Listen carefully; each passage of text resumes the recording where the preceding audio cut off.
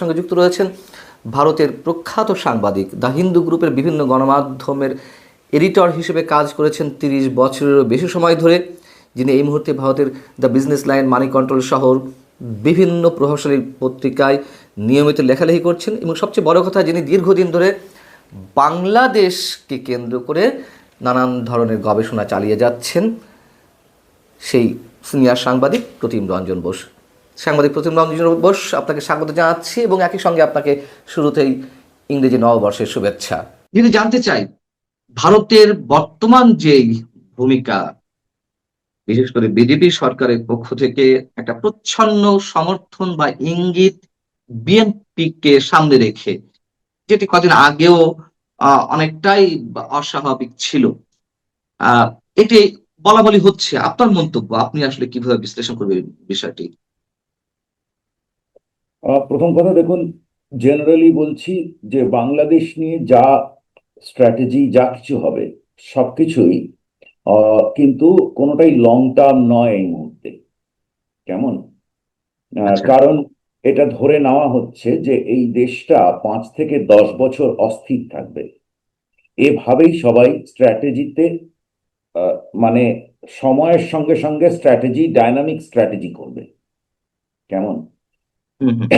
এটা শুধু বাংলাদেশের দোষ না, কিন্তু বাংলাদেশ এমন একটা সময় অস্থির হয়েছে এবং এমন কিছু দিকে যাবার পরিস্থিতি নিজে তৈরি করেছে, যে ফলে আমাদের এই অঞ্চল ঘিরে যে সব বড় যে নানান রকমের ঝামেলা হচ্ছে, হবে এবং আরো বাড়বে, সেটার মধ্যে বাংলাদেশ ঢুকে পড়েছে। ফলে যা ঘটবে বাংলাদেশ, আমি যতটুকু জানি তাতে যারা স্ট্র্যাটেজি করেন, যারা ডিপ্লোম্যাসি পার্ট, তারা সকলে জানেন যে এখানে কমপক্ষে 5 বছর অস্থির থাকবে। এইভাবে আমাদের এগোতে হবে। তো প্রথমত হচ্ছে যে সবকিছুই আহ কোনো কিছুকে কোনো লং টার্ম আখ্যা দেওয়াটা, বা এই এর থেকে আমার বন্ধু ছিল আওয়ামী লীগ, এখন আমার বন্ধু বিএনপি, এই জাতীয় কোনো কনক্লুশন টানা ভুল হয়ে যাবে। আচ্ছা। দ্বিতীয়ত হচ্ছে যে খুবই পরিষ্কারভাবে বাংলাদেশের রাজনীতিতে আওয়ামী লীগ, আমরা সবাই জানি জামাত শক্তিশালী হয়েছে, স্বীকার কেউ করুক আর না করুক। যদি জামাত শক্তিশালী হয়, তাহলে উল্টো দিকের কাউন্টার ফোর্স হিসেবে আওয়ামী লীগ প্রতিষ্ঠিত ফোর্স, এবং সে তারই শক্তিশালী হবার কথা, যেমন আওয়ামী লীগের সময় জামাত শক্তিশালী হয়েছে। সুতরাং বিএনপি মাঝে রয়েছে।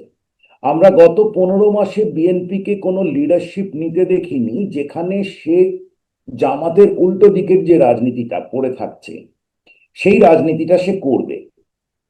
এখন বিএনপি কি করবে আমরা দেখব। আপাতত যে পরিস্থিতি, তাতে আপনি যদি লজিক্যালি ভাবেন তাহলে দেখুন, আওয়ামী লীগ ফিরবে, ফিরতে তো হবেই আওয়ামী লীগকে, কিন্তু তার আগে তো তারিক রহমান সাহেবের ফেরাটা তার অনেক আগে হওয়ার কথা ছিল, তাই না? হুম হুম। আমরা যদি দেখি গত অগাস্ট থেকে, তাহলে তারিক রহমান সাহেব তো অনেক আগে আসার কথা ছিল বাংলাদেশের রাজনীতিতে। সুতরাং দেখুন, তাহলে আগে তারিক রহমান হয়, তারপরে আওয়ামী লীগ হয় ন্যাচারালি। আমি কিন্তু এখানে কোনো পলিটিক্যাল প্লাস মাইনাস করছি না। তো হুম হুম। তাহলে তারিক রহমান সবে ফিজিক্যালি রিহ্যাবিলিটেটেড হলেন বাংলাদেশের রাজনীতিতে। এর পরেরটা আমাদের অপেক্ষা করতে হবে দেখার জন্য। Awami League is very much, আপনি জানেন ভারতীয় পররাষ্ট্রনীতিতে ভারত এবং রাশিয়ার যে বন্ধুত্বগুলো হয় সেগুলো কিন্তু মানে আজ বন্ধু কাল বন্ধু না, শত্রু এরম নয় আমাদের। শুধু আর আওয়ামী লীগের ক্ষেত্রে বলতে পারি, শেখ হাসিনা, যদি আমি বলি আওয়ামী লীগ আর শেখ হাসিনা দুটো আলাদা বিষয় অ্যাকচুয়ালি। শেখ হাসিনা ভারতবর্ষের রাজনৈতিক যে লিডারশিপ, তাদের সঙ্গে একটা ব্যক্তিগত সম্পর্ক তৈরি করতে পেরেছেন। এটা এটা কিন্তু হুম হুম। আর কেউ পারেননি। সুতরাং আওয়ামী লীগের জায়গা কোনো অর্থে কমছে না, বাড়ছেও না। আর কিন্তু আওয়ামী লীগ মানেই বাংলাদেশ আর বাংলাদেশ মানেই আওয়ামী লীগ, সেটাও কিন্তু ঠিক নয়। এই যে ভারত যা করছে তার থেকে একটা আরেকবার প্রমাণ হচ্ছে, এর আগেও বহুবার হয়েছে, সেটা বলা হয় না তাই, যে বাংলাদেশে ভারত কিন্তু যে রাজনীতি থাকবে ক্ষমতায় তার সঙ্গে কাজ করতে চায়। তারা যদি ভারতের সঙ্গে না করতে চায় তখনই বিরোধটা তৈরি হয়। সেটা নিয়ে তো বিতর্ক আছে, মানে আপনি যেভাবে বলছেন, আবার এখানকার আমাদের দেশের মানুষদের একটা অন্য ধারণা রয়েছে যে এককভাবে আওয়ামী লীগকেই সমর্থন দিয়ে যায়, অথবা আওয়ামী লীগ বিরোধী দলে থাকলেও তাকে ক্ষমতা আনার জন্য ভারতের একটা প্রচ্ছন্ন সমর্থন থাকে, তাতে ভারতের যে দলই ক্ষমতায় থাকুক না কেন। এটা নিয়ে তো একটা বিতর্ক আছে। আমি একটু জানতে চাচ্ছি যে এই মুহূর্তে যদি নানান ধরনের কানাঘুষা, বা আমি নিজেও দেখছি ভারতের বিভিন্ন গণমাধ্যমে 15 দিন বা 20 দিন আগ পর্যন্ত যেখানে আওয়ামী লীগকে নিয়ে নানান ধরনের রিপোর্টিং, কাভারেজ এবং এক ধরনের প্রচ্ছন্ন সমর্থন আওয়ামী লীগের প্রতি, ইনক্লুসিভ নির্বাচন, অন্তর্ঘাতমূলক নির্বাচনের কথা বারবার বলা হচ্ছে, উচ্চারণ হচ্ছিল। আমরা দেখলাম যে তারেক রহমান যখন ফিরে এলেন, তার 2 দিন 3 দিন আগে থেকে টাইমস অফ ইন্ডিয়া, দা হিন্দু, কিংবা আনন্দবাজার, বা আরো আরো অনেক গণমাধ্যম আমি খেয়াল করেছি তারেক রহমানকে নিয়েই নানান ধরনের স্টোরি। এবং পরবর্তীতে আমরা দেখলাম যে জয়শঙ্কর এসেছেন, ভারতের পররাষ্ট্রমন্ত্রী, তিনি শেষ শ্রদ্ধা নিবেদন করতে এলেন খালেদার প্রতি। এমনকি আমরা দেখলাম যে গত বৃহস্পতিবার আপনাদের প্রতিরক্ষা মন্ত্রী রাজনাথ সিং, তিনি দিল্লিতে বাংলাদেশ মিশনে শোক বইতে স্বাক্ষর করতে গেলেন, মন্তব্য করলেন। মানে এই যে একটা আহ, এক ধরনের ইঙ্গিত অনেকে খুঁজে পাওয়ার চেষ্টা করছেন যে বিএনপি কে এই প্রচ্ছন্ন সমর্থন দিচ্ছে, সেটা ভারতের অভ্যন্তরীণ বিষয়। কিন্তু আমার একটু প্রশ্ন যে আসলে কি তাই, মানুষ যা মনে করছে তাই? আর যদি তাই হয়ে থাকে, আওয়ামী লীগ থেকে মুখ ফিরিয়ে নেওয়ার কারণটি আসলে কি, যদি মুখ ফিরিয়ে না নিয়ে থাকে আওয়ামী লীগ থেকে? প্রথম কথা, আপনাকে আমি আগেই বলেছি যে আওয়ামী লীগ থেকে মুখ ফিরিয়ে নিয়েছে, এই কনক্লুশনটা না ড্র করাই ভালো। মানে এখন আচ্ছা। কোনোটাই কোনো বিষয় কোনো কনক্লুশনে না যাওয়াই ভালো, প্রথমত একটা জেনারেল হিসেবে। দ্বিতীয়ত হচ্ছে, আওয়ামী লীগ থেকে মুখ ফেরানোর কোনো প্রশ্ন ওঠে না, কোনো প্রশ্ন ওঠে না। খুব সাধারণ যুক্তি বলে, আপনি বাংলাদেশের রাজনীতিটা ভারত বিরোধী রাজনীতির ভেতর আবর্তিত হয়। হম হম। বাংলাদেশে প্রত্যেক 3টে পলিটিক্যাল স্টেটমেন্টে একটা ভারত থাকবেই, মানে আমার সাধারণভাবে আমি বলি। তো সুতরাং সেক্ষেত্রে আপনি যদি আপনার সঙ্গে কারো সম্পর্ক ভালো থাকে এবং আপনার যদি ট্র্যাক রেকর্ড এই হয় যে একবার সম্পর্ক থাকলে পরে সেই সম্পর্কটাকে সবাই মেনটেন করে সরকার নির্বিশেষে, আমি রাশিয়ার উদাহরণ দিয়েছি, তো তাহলে পরে আপনার আওয়ামী লীগের সঙ্গে আমাদের সম্পর্ক শেষ, এই ধরনের এই আলোচনায় কোনো যাওয়াটাই ভুল আর কি। ফর দ্য টাইম বিং, এবারের জন্য যদি এভাবে না, প্রশ্ন করা হয়। আমি আপনাকে শুরুতে আরেকটা কথা বলেছিলাম যে যা স্ট্র্যাটেজি দেখছেন সেগুলো কোনোটাই লং টার্ম নয়। আচ্ছা। আপনি বলতে পারেন এক ধরনের স্টপ গ্যাপও বলতে পারেন। কেমন? কারণ সেটার জন্য ভারত বা কেউ দায়ী নয়, কারণ পরিস্থিতিটা এতটা ঘোলাটে যে আপনি আগের থেকে যদি ঠিক করে ফেলেন যে আমি এটাই করব, তাহলে সেটাই হবে না। তাই তাকে পরিষ্কার হবার হুম সময় দিতে হবে। সবকিছু বাংলাদেশের হুম। ওপর আর নির্ভর করে না, নির্ভর করছে বাকি বৈশ্বিক পরিস্থিতির ওপর, আঞ্চলিক পরিস্থিতির ওপর, অনেক কিছু। আমি বলবো বাংলাদেশের রাজনীতির ওপর বাংলাদেশ হয়তো মেরে কেটে 20% ডিপেন্ড করছে, বাকি 80%ই বাইরের রাজনীতির জন্য ডিপেন্ড করছে। না, এতটা তাই নির্ভরশীল। নাকি? হ্যাঁ, অবশ্যই। আহ, মানে ভূ রাজনীতিতে বাইরের শক্তি বা বাইরের রাষ্ট্রগুলোর প্রভাব এতটাই? অবশ্যই। আপনাকে আমি একটার পর একটা বলছি। আগের দিন আমরা আপনার সঙ্গে আলোচনা করেছিলাম যে আপনি যদি 24-এ বলেন যে ভারত কেন নির্বাচন সমর্থন করেছিল, তাহলে 2026-এ এসে ঠিক 24-এর কপি ইলেকশন হচ্ছে। কপি, সব হুম অর্থে, হুম। বরং খারাপ। কারণ 24-এ কাউকে মানা করা হয়নি, এবার মানা করা হয়েছে। তো সেক্ষেত্রে আপনি দেখুন আমেরিকা সেটাকে সাপোর্ট করছে বা কিছু বলছে না, আপনিই বলেছেন আগের দিন। তো এখন আপনি দেখুন, এবার বা ভারত যদি ধরুন গিয়ে সাপোর্ট করে করে এই ইলেকশনটাকে, তাহলে এটা এক অর্থে আপনি দেখুন যে আহ, ভারত তার, আপনি ভারতকে কালকে যা যা ব্লেম করেছিলেন, ভারত সেই বোঝাগুলো আপনার ঘরে নামিয়ে দিয়ে চলে গেল। আপনি আর ধরতে পারবেন না ভারতকে এই নিয়ে। কিন্তু বৈশ্বিক পরিস্থিতির ওপর কেন নির্ভর করছে? ভারত আমেরিকা সম্পর্ক, ইউক্রেন যুদ্ধ ঘিরে রাশিয়া আমেরিকা সংঘাত এবং সেখানে ভারতের পজিশন, ভারত রাশিয়া সম্পর্ক, ভারত এই অঞ্চলে সব থেকে বড় বিষয় ভারত পাকিস্তান এবং অপারেশন সিন্দুর ঘিরে যে রাজনীতি তৈরি হচ্ছে, বিরাট বড় রাজনীতি, আমি জাস্ট ছোট ছোট শব্দে বলছি। আহ, তাকে ঘিরে চীন আমেরিকা ঘিরে যে একটা জায়গা তৈরি হচ্ছে সেগুলো।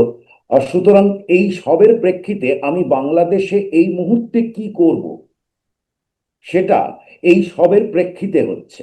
বাংলাদেশটা মানে আমি বাংলাদেশটা প্রায়োরিটি নেব, না পাকিস্তানটাকে প্রায়োরিটি নেব, না টার্কিকে প্রায়োরিটি নেব। সুতরাং বাংলাদেশের পরিস্থিতিটা সেটা কিন্তু মানে সেটা বাংলাদেশ নিজে করেছে। বাংলাদেশ নিজে এমন ভাবে ঢুকে গেছে গোটা জিনিসটার ভেতর, সাকড ইনটু ইট। ফলে এখন যখন বার করা হবে তখন আস্তে আস্তে এলিমিনেট করা হবে। সেই জন্যই বাংলাদেশের আমার মনে হয় যে বাংলাদেশের এই যে রাজনৈতিক গন্ডগোল আমরা দেখতে পাচ্ছি, এবং আমি খুব নিশ্চিন্ত যে রাজনৈতিক সরকার এলে সমস্যা মিটে যাবে, আদৌ না। যদি না, সেটা তো আমরাও মনে করি বাস্তবতার জায়গা থেকে। এখন আহ, ভারত কি তার আগের জায়গা অবস্থান করেছে? যদি আপনাদের দেশের থিঙ্ক ট্যাঙ্ক যে প্রতিষ্ঠানগুলো রয়েছে, অথবা থিঙ্ক ট্যাঙ্ক হিসেবে পার্সোনাল জায়গা থেকে যারা কাজ করছেন, নানান জায়গা মানে নানান পর্যায়ের রাজনৈতিক বিশ্লেষক, বুদ্ধিজীবী, কূটনীতিকদের পক্ষ থেকে যেমন একটা অংশ বলছিলেন যে ভারত এক ঝুড়িতে সব ডিম রাখার যেই নীতি রেখে আসছিল, এটি বিপজ্জনক হতে পারে। এই জায়গা থেকে কি ভারত দূরে সরে গেছে, বা ভারত তার নীতি আহ বদলেছে আপনার মনে হয়? না, আমি আপনাকে আবারও কন্ট্রাডিক্ট করছি। ভারত এক ঝুড়িতে সব ডিম কোনোদিন রাখেনি, কোনো দেশে রাখেও না, রাখবেই বা কেন যদি তার কাছে অপশন থাকে? বাংলাদেশে কোনো অপশন ছিল না, এটাই বাস্তব। বাংলাদেশের রাজনীতি আজও যদি একাত্তরকে ঘিরে ঘোরে, যদি না হতো, যদি 5ই আগস্টের পর এই মহাভারতটা না হতো, যদি ট্রেনটা চলতো, আমি আপনাকে খুব সাধারণ উদাহরণ থেকে বলছি, যদি ট্রেন চলতো, যদি যেরকম প্রজেক্টস আসছিল যে ভারতের জিনিস বাংলাদেশের ওপর দিয়ে যাবে, বাংলাদেশের জিনিসগুলো ভারতের ওপর দিয়ে যাবে, নানান বন্দরে যাবে, যে সমস্ত চলছিল কাজকর্ম, কানেক্টিভিটি ইত্যাদি, সেগুলো যদি স্বাভাবিকভাবে চলতো, 2 মাস 3 মাস একটু ডিসরাপশন হলো, তাহলে তো এই সমস্ত পরিস্থিতি আসে না। আমি আওয়ামী লীগের রাজনৈতিক গুরুত্ব ভারতের কাছে থাকতোই না। আমরা শ্রী জয়শঙ্কর যখন বাংলাদেশে এলেন 4-5 ঘন্টা সফরে, সদ্য প্রয়াত আমাদের সাবেক প্রধানমন্ত্রী খালেদা জিয়ার প্রতি শেষ শ্রদ্ধা নিবেদনের জন্য নরেন্দ্র মোদী বাবুর শোক বার্তা পৌঁছে দেওয়া হলো, হস্তান্তর করা হলো তারেক রহমানের কাছে। সেখানে আরেকটি চমক ঘটলো, পাকিস্তানের পার্লামেন্টের স্পিকারের সঙ্গে করমর্দন হলো, কুশল বিনিময় হলো। অনেকে বলছে এটি বড় মানে ভারত পাকিস্তানের বরফ গলা শুরু হতে পারে এদিক থেকে, যেহেতু অপারেশন সিন্দুরের পর থেকে এই সম্ভবত দুই রাষ্ট্রের উচ্চ পর্যায়ের দুই প্রতিনিধির মধ্যে সাক্ষাৎ। যাই হোক, নানান কথা। কিন্তু আমার প্রশ্ন হচ্ছে, আমাদের প্রধান উপদেষ্টা ডক্টর মোহাম্মদ ইউনূসের সঙ্গে জয়শঙ্কর সাহেবের কোন ধরনের সাক্ষাৎ না হওয়ার বিষয়টি অনেকে প্রশ্নবিদ্ধ করছেন, যে কেন তিনি সাক্ষাৎ করলেন না। এর পিছনে আসলে কি কারণ, এবং কারণ যদি থাকে সেটা কি এই যে ইউনূস সরকারকে এই মুহূর্ত পর্যন্ত অথবা যতদিন থাকবে ততদিন পর্যন্ত কোন ধরনের সমর্থন ভারত দিবে না, বিষয়টা কি এরকম, নাকি অন্য কোনো কারণ আছে? বিএনপি একটা অদ্ভুত পরিস্থিতির ভেতর দিয়ে তারেক রহমান ফিরলেন, এবং জি। তারপর আরেকটা ঘটনা তৈরি হয়েছে, যেটা হচ্ছে খালেদা জিয়ার মৃত্যু। এই দুটোকে ঘিরে আপনি কিছু পরিবর্তন দেখলেন, এবং দৃশ্যমানভাবে আপনি মনে করছেন, আমরাও মনে করছি, যে ভারত সাপোর্ট করছে আইডিয়া যে ইলেকশন যদি হয় আর বিএনপি যদি আসে সরকারে, এবং অবশ্যই তারেক রহমান প্রধানমন্ত্রী হিসেবে আসবেন, তো এই জায়গাটাকে সাপোর্ট করছে। এইটুকু পরিবর্তন, বাকি যেগুলো বলা হয়েছিল, অর্থাৎ নির্বাচিত সরকারের হাতে ক্ষমতা দেওয়া, সেটা তো চলছে। আর আমি যতটুকু বুঝি, আমার জ্ঞান বুদ্ধি যতটুকু বলে, যে ইউনূস সরকার তার একটা সেফ এক্সিট খুঁজছে। এক্সিট বলতে, এই যে পরিস্থিতিটা আছে, আমার আমার বা আপনার থেকে ওনারা অনেক বেশি ভালো জানেন যে কি ভয়ঙ্কর সময়ের ভেতর দিয়ে যেতে হবে বা হচ্ছে। তো 2026 কিন্তু ভালো হবে না, যেভাবে চলছিল আরো গর্তে ঢুকে যাবে, মারাত্মক। তো সুতরাং ওনারাও কিন্তু এই এই গন্ডগোলের হাত থেকে নিষ্কৃতি চান। আমি খানিকটা এক্ষেত্রে আপনাদের প্রেস অ্যাডভাইসার তার কথাকেই বলবো যে আর অমুক সপ্তাহ হয়ে গেলে আমার ছুটি। তো খানিকটা এরকম ব্যাপারটা। হ্যাঁ, আপনি বলছেন যে 2026 খুব ভালো হবে আরেকটা না, জাস্ট নিশ্চয়ই অ্যাড বাংলাদেশের করছি, ক্ষেত্রে। আপনি খেয়াল করে দেখবেন যে আপনাদের ন্যাশনাল সিকিউরিটি অ্যাডভাইসারের সঙ্গে কিন্তু খুব ঘন ঘন মিটিং হলো। উনি এসেছিলেন এবং এবারও যাওয়ার পর উনি কিন্তু ছিলেন মিটিং এ। রাইট। কেমন? সুতরাং আপনি যদি ভারত বাংলাদেশ সম্পর্কের দিক থেকে দেখতে যান, ভারতের এই অঞ্চলে ইন্টারেস্ট দেখতে যান, আমি বারবার বলি, বাংলাদেশের লোক কেন জানি না, সাংবাদিকরাও সেটাকে নিতে পারে না, সেটা হচ্ছে যে ভারত বাংলাদেশের কাছে কি চায়। এই প্রশ্নটা বোধহয় আপনিও আমাকে একবার করেছেন এর হুম, আগে। হুম, হুম। 95% ভারত যা চায় যে যে এটা এই জায়গাটা টেরর ফ্রি থাকবে, আমার সঙ্গে সিকিউরিটি কোঅপারেশন থাকবে। এই মুহূর্তে গত দুদিন ধরে একটা বিষয় টক অফ দ্য কান্ট্রিতে পরিণত হয়েছে, আপনার চোখেও নিশ্চয়ই বেঁধেছে, যেহেতু বাংলাদেশ নিয়ে আপনি সার্বক্ষণিক মানে অবজার্ভ করছেন অনেক কিছু। জামায়াতের আমির ডাক্তার শফিকুর রহমান, তিনি রয়টার্সকে দিয়ে এক সাক্ষাৎকারে তাদের প্রশ্নের প্রেক্ষিতে স্বীকার করেছেন যে হ্যাঁ, ভারতীয় দুজন কূটনীতিকের সঙ্গে তার বৈঠক হয়েছে, কিন্তু ভারতের এই কূটনীতিকরা গোপন রাখতে বলেছিল বৈঠকটি। যদি ডক্টর শফিকুর রহমানের বক্তব্যই সঠিক হয়, আমার নিজের কনফিউশন আছে, তো তার বক্তব্য যদি আমি সত্য ধরে নিই, তাহলে ভারত কি তার ঝুড়ির ডিম এখন সব জায়গায় রাখতে চাচ্ছে, সব জায়গায় সবার সাথে যোগাযোগ রাখতে চাচ্ছে? আসলে বিষয়টা কি, আপনার মতে কি, মানে আপনি কি মনে করেন এই বিষয়টি? দেখুন, প্রথম কথা হচ্ছে জামাত নামটা, যদি জামাত নামটাকে আপনি সরিয়ে দিন, এখানে একটা অন্য কোনো নাম দিন, ইসলামী মজলিস কিছু একটা দিন। কারণ জামাত বললেই আমাদের মাথার মধ্যে একটা অন্য প্রিকনসিভ নোশন কাজ করতে শুরু করবে। তো আমার সাধারণভাবে, আমি যদি বলি যে পররাষ্ট্র নীতিতে আমি কার সঙ্গে কাজ করব, কারণ আপনি জানেন ভারত সরকার তালিবান সরকারের সঙ্গে কাজ করে, এই তো মিটিং হয়ে গেল কিছুদিন আগে। তো সুতরাং সেখানে নামটা অন্য কিছু হলে আমার বিরাট তফাৎ এসে যায় না, আমি কিন্তু আমি সবসময় এনগেজ থাকবো তার সঙ্গে। পাকিস্তানের যেমন বাংলাদেশে বাস যাত্রা করেছিলেন, বাস শুরু হয়েছিল যখন ভারত বাংলাদেশ, তো তার আগে তো লাহোর বাস যাত্রা হয়েছে, যেটা তো একটা ইসলামিক কান্ট্রি, যেখানে অটল বিহারী বাজপেয়ী গেছিলেন বাসে করে। তো পয়েন্টটা হচ্ছে যে, প্রথম কথা হচ্ছে যে আমার কিন্তু কারোর সঙ্গে রাখতে আপত্তি নেই। আমার সমস্যা হচ্ছে যে যখন আমি জানি, আমি তো তার সম্পর্কে রিসার্চ করছি, আমার তার উপর কনফিডেন্স আছে কি নেই। এই এই দল, কোন দলগুলো এক্স ওয়াই জেড, তার তার ব্যাকগ্রাউন্ড কি, থেকে আসছে, সে আজকে মুখে কি বলছে, কালকে কি করবে, এইটাই হচ্ছে বিষয়। তো তার উপর হয়। সুতরাং জামাতের সঙ্গে হতে কোনো আপত্তি আছে? আর জামাতের সঙ্গে এটা খুব উনি অবশ্যই উনি রাজনীতি, জামাত খুব স্মার্ট পলিটিক্স করে কিন্তু, আপনারা যাই বলুন, খুব স্মার্ট পলিটিক্স করে। তো সুতরাং সেদিনকে উনি ছেড়েছেন, তার দুটো দিক আছে। লোকে একটা দিক নিচ্ছে যে ভারতের সঙ্গে হয়েছে। ভারতের সঙ্গে কি জামাতের এই প্রথম কথা হয়েছে? আমি এটা প্রথম জানতে চাই, ভারতের সঙ্গে কি জামাতের এই প্রথমবার কথা হয়েছে হিস্ট্রিতে? নিশ্চয়ই, নিশ্চয়ই, নিশ্চয়ই আগে হয়েছে। আগেও হয়েছে, আমি জানি তো হয়েছে।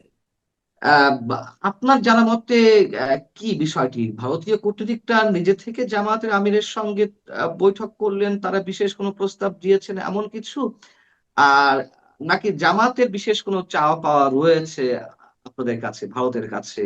আসলে এই বৈঠকের তাৎপর্যটা কি? জামাতকে, জামাত অবশ্যই নিজেকে বিশ্বাসযোগ্য করে করে তুলতে চায় ভারতের কাছে। হুম, এই চাওয়াগুলোতে সবাই চায়। দুর্ভাগ্যজনক বাস্তবটা হচ্ছে, বাংলাদেশের রাজনীতি তো শুধু ভারতকে ঘিরে আবর্তিত হতে থাকে। ফলে আপনি সেই এরশাদ হোক যেই হোক, সকলেই ভারতের সঙ্গে রাখতে চায়, কিন্তু নিজেরাই এমন একটা রাজনৈতিক পরিস্থিতি দেশে তৈরি করে রাখে, যেখানে ভারতে গেলেই নানান রকম হবে, কথা হবে। আমি একটা ছোট উদাহরণ দিতে পারি। আপনি যদি দুটো ছবি পাশাপাশি রাখেন, তারেক জিয়া মিট করছেন জয়শঙ্করকে, তারেক জিয়া মিট করছে, হ্যান্ডশেক করছেন বা গ্রিট করছেন পাকিস্তানের মন্ত্রীকে, কেমন? হুম, হুম, তা দুটোর মধ্যে এটা বাংলাদেশ থেকেই কেউ আমাকে পয়েন্ট আউট করে দেয়, অতীতেও অভিজ্ঞতা থেকে আমি দেখেছি এগুলো হুম, ম্যাচ হয়, অদ্ভুত। তো এই যে এক জায়গায় কোথায় আমি ঝুঁকবো না কোথায় আমি ঝুঁকবো, এরকম অদ্ভুত অদ্ভুত বিষয় আছে, সেটা হুম। এই অঞ্চলে আছে। তো এখন কথাটা হচ্ছে কি, যে এই যে আপনি বানিয়ে রেখেছেন একটা পলিটিক্যাল প্যারাডাইম, আমরা ভারতের সঙ্গে, ভারত ডান দিকে গেলে আমরা বাঁ দিকে যাব, এই বলে কি হয়, আপনি সামনাসামনি আসতে পারেন না, তখন আপনাকে পেছনের দরজা দিয়ে নানান রকম করতে হয়। সুতরাং জামাত যদি বলে থাকে যে জামাত ভারত তা জামাতের সঙ্গে গেছিল, উল্টো দিকটাও একটুখানি জেনে রাখতে হবে যে জামাতও কিন্তু ভারতের সঙ্গে যথেষ্ট রকমের কি বলবো যোগাযোগ করতে চায় বা কথা বলতে চায় বা দেখা করতে চায়, দুটোই সত্যি। এবং তার মধ্যে কোনো অসুবিধে নেই, কারণ আমরা সবার সঙ্গে কথা বলি তার মধ্যে, কিন্তু কারোর সঙ্গে তার মানে কথা তার হচ্ছে মানে মানে। আমি শেষে আমি 30 সেকেন্ড উত্তরটা চাই। তার মানে আমরা ধরে নিতে পারি যে জামাত আসলে, জামাত বলছি, বা আসলে ভারত দাদাগিরি সুলভ আচরণ করে, মানে সবাই যখন ভারতের সাথে সুসম্পর্ক বজায় রাখতে চায়, তার মানে ভারত একটা ম্যাটার, ভারত বিভিন্ন ক্ষেত্রে প্রভাব বিস্তার করছে বাংলাদেশে বা করে আসছে। না না, সেটা তো করবেই, বড় দেশ হিসেবে আমেরিকা করে না আপনার উপর প্রভাব? নেই? কেমন? তো সুতরাং এটা তো জিও পলিটিক্যাল হায়ারার্কি তো থাকবেই, এটা নিয়ে তো নেই। ধরুন আপনি শুধু বাংলাদেশ কেন বলছেন, ধরুন থাইল্যান্ডে ভারতীয় প্রভাব নেই, ইন্দোনেশিয়ায় ভারতীয় প্রভাব নেই, আছে তো। তো থাকবে তো এগুলো, কিন্তু এগুলো তো বাস্তব, ভারতে আমেরিকার প্রভাব নেই। কিন্তু দাদাগিরি আর প্রভাব এগুলো আলাদা বিষয়। দাদাগিরি বলতে কি বলা হচ্ছে সেটা বলতে হবে। দাদাগিরি মানে হচ্ছে যে এই করলাম সেই করলাম, ওইখানে গিয়ে তোমার দেশ মানি না আমি, আমি আমার ঝান্ডাটা গেড়ে দিয়ে চলে এলাম ধরনের, এইগুলো আমার মনে হয় দেখুন এটা না মানে, আমি আপনার অভিযোগটাকে ফেলে দিচ্ছি না, কিন্তু একই হুম, সঙ্গে আমি বলবো যে অন্তর্দেশীয় যে রাজনীতি আছে তাকেও একটু ম্যাচিওর হতে হয়। right. এটা আপনি যদি সরকার চালাতে চান আগামীকাল, মঞ্জুরুল পান্না, আপনাকে যদি আগামীকাল বাংলাদেশের প্রধানমন্ত্রী করা হয়, ভারতের সঙ্গে সুসম্পর্ক ছাড়া আপনার দেশে গ্রোথ হবে না, এটা একটা বাস্তব, এটা জিও পলিটিক্যাল জিও ইকোনমিক বাস্তব। তো সুতরাং আপনি কেন নিয়ে চলবেন না? অনেক ধন্যবাদ সাংবাদিক প্রতিম রঞ্জন ঘোষ, আপনাকে আমাদেরকে সময় দেওয়ার জন্য। আপনি ভালো থাকবেন। দর্শক, আপনারা